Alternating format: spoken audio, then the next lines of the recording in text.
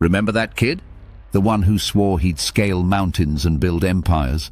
The boy who looked at weak, defeated men and promised himself, "That will never be me." He's still inside you. And right now, he is looking at the man you've become with nothing but shame in his eyes. He sees the compromises. He sees the fear. He sees the life you settled for, not the one you were meant to command. This isn't a pep talk. This is an intervention. We are here to diagnose the sickness before it becomes terminal. Because the man you hated as a kid wasn't born that way, he became that way, one pathetic decision at a time. He let the world break him, then convinced himself it was maturity. It's not. It's surrender. The modern world is designed to create him. It wants you soft, distracted, and obedient. It wants you to reject timeless masculinity and embrace a weak, hollow version of a man. It sells you comfort as a substitute for achievement and distraction as a replacement for purpose. It's a silent poison, and most men drink it willingly every single day, wondering why their lives feel so empty. You feel it, don't you? That gnawing dissatisfaction, that quiet desperation when the noise finally stops. That's the ghost of the man you were supposed to be, rattling his chains. Today, we break those chains. We're going to hold a mirror up to your soul and identify the 5 red flags that prove you're on the path to becoming everything you swore you'd never be. Don't look away. The discomfort is the point. The pain is the medicine. It starts subtly, a slow rot. It begins not with a bang, but with a whisper, a lie you tell yourself. And this is the first and most foundational red flag. You make excuses. Instead of progress, listen to the words you use. I'll start Monday. I'm too tired. I don't have the genetics for it. The economy is bad. My boss is an idiot. She doesn't understand me. Every excuse is a brick you lay in the wall of your own prison. You were born a creator, a builder, with the innate power to shape your own world. Deep down, every man knows what he wants from life. But instead of laying the foundations of your empire, you're writing a novel's worth of reasons why you can't even pick up a hammer. The man you hated as a kid, he was a professional excuse maker. He blamed his wife, his job, the government, everyone but the man in the mirror. He outsourced responsibility for his own life.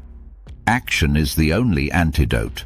Stop talking about the business you want to start and write the first line of the business plan. Stop complaining about your body and do 10 push-ups. Right now, stop drowning in theory and self-help videos and take one single disciplined step. The boy you were didn't dream of reasons why he couldn't. He dreamed of worlds he would conquer.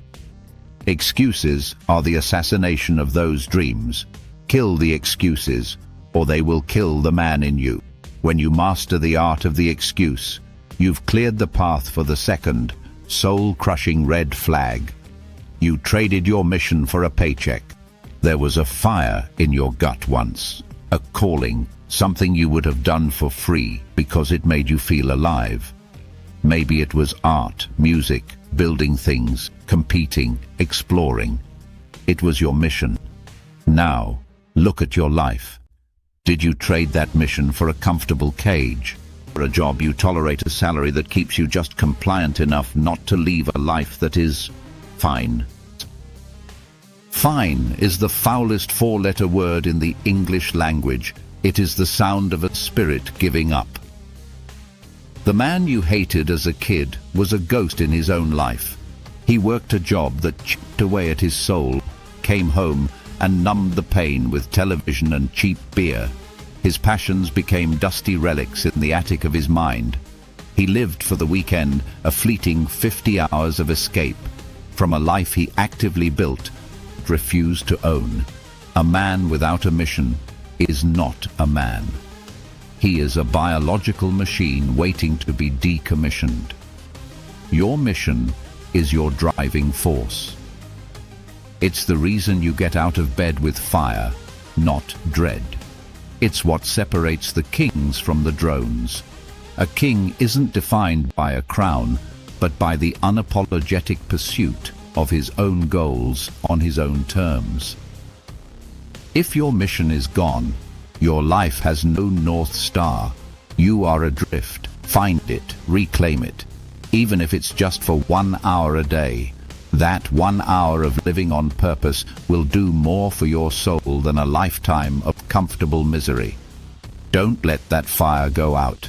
It's the only thing that's truly yours.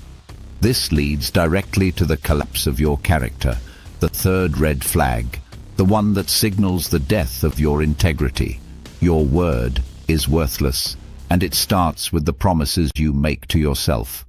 I'm getting up at 5 a.m. tomorrow. Snooze, no more junk food this week. Eats a pizza on Tuesday. I'm going to read 1 book a month. The book becomes a coaster. Every time you break a promise to yourself, you cast a vote that you cannot be trusted. You teach your own subconscious that your commands are suggestions. Your resolutions are jokes. You erode the single most important foundation of self-respect, your ability to rely on yourself. Without self-reliance, you are nothing. And if you can't trust yourself, why should anyone else? This disease spreads. You're late for meetings. You flake on friends. You make promises to your family that you know are hollow. Your word becomes wind, the man you hated as a kid. His word meant nothing. He was a flake, a ghost, unreliable. His yes meant maybe, and his maybe meant no. He lacked honor, a cornerstone of true masculinity. Honor is simple. Your actions and your words are one. Promise you'll drink a bottle of water and do it. Stack these tiny wins of integrity.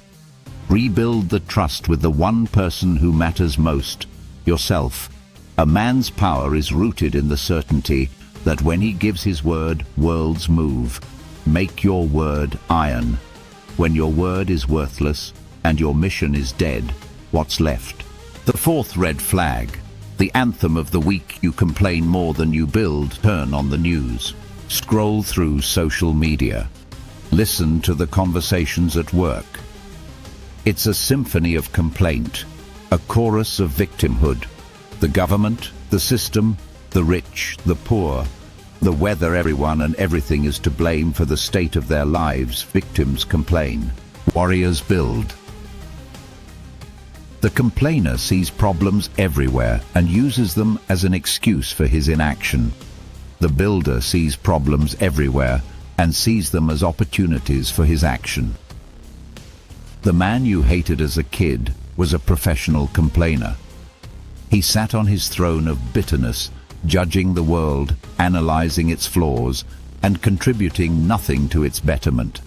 He was a critic in the cheap seats of life, throwing popcorn at the warriors who were actually in the arena bloody and bruised but alive. Are you a consumer or a creator? A commentator or a combatant? Stop talking about how things should be and start building a small corner of the world into how it can be. Fix the broken hinge in your own house. Start the community group you wish existed. Mentor the young man who has no guidance. Write the article that needs to be written. Every moment you spend complaining is a moment you steal from building. Complaining is draining your power. It is an admission of helplessness. You are not helpless. You are a man. You have hands to build and a mind to create. Use them. Shut your mouth and get to work. And this brings us to the final most pathetic red flag, the one that guarantees a life of quiet servitude. You fear disapproval more than you value respect. You bite your tongue when you should speak. You say yes when you mean no. You contort yourself into a human pretzel to please people who wouldn't cross the street to help you. You are the nice guy. Let me be clear, this is not about being a jerk. True kindness, real compassion, comes from a position of strength, not from a place of fear. The man who is afraid to offend is not kind, he is just scared. He's a sheep. The man you hated as a kid was terrified of conflict. He avoided confrontation at all costs. He let people walk all over him, his boss, his neighbors, even his own family, and then seethed with resentment in private. He wanted to be liked by everyone, and as a result, he was respected by no one, least of all himself.